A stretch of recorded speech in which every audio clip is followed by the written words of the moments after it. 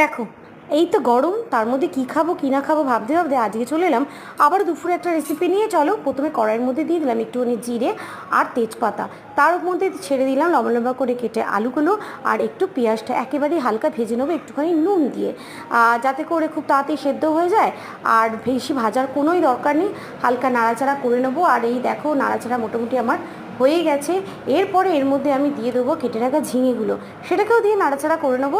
কারণ গরমকাল, ঝিঙে ছাড়া কী খাবো, ঝিঙে লাউ এগুলি তো খাবার। ভেজে তুলে রাখলাম। এবার পেঁয়াজের মধ্যে বেটে রাখা অর্ধেকটা পেঁয়াজ, একটা টমেটো, একটু আদা দিয়ে ভালো করে কষিয়ে নেবো। দেখতেই পাচ্ছ মিক্সিতে। এবারে দিয়ে দিলাম কটা চেরা কাঁচা লঙ্কা, কোনো রকম লঙ্কার গুঁড়ো ব্যবহার করলাম না। দিয়ে দিলাম একটুখানি হলুদ, একটু চিনি আর একটু নুন। এবারে এটাকেও আবার একটু কষাকষি করে নেবো। করে এবারে ঝিঙে আর আলু যেটা ভেজে রেখেছিলাম সেটাকেও দিয়ে একটু কষাকষি করে নিলাম। এবারে দিয়ে দিলাম জল, আর জল দিয়ে ফুটতে শুরু হয়ে গেলে দিলাম মাছগুলো। রেসিপিটা অবশ্যই করে খেও, গরমের জন্য খুবই হেলদি।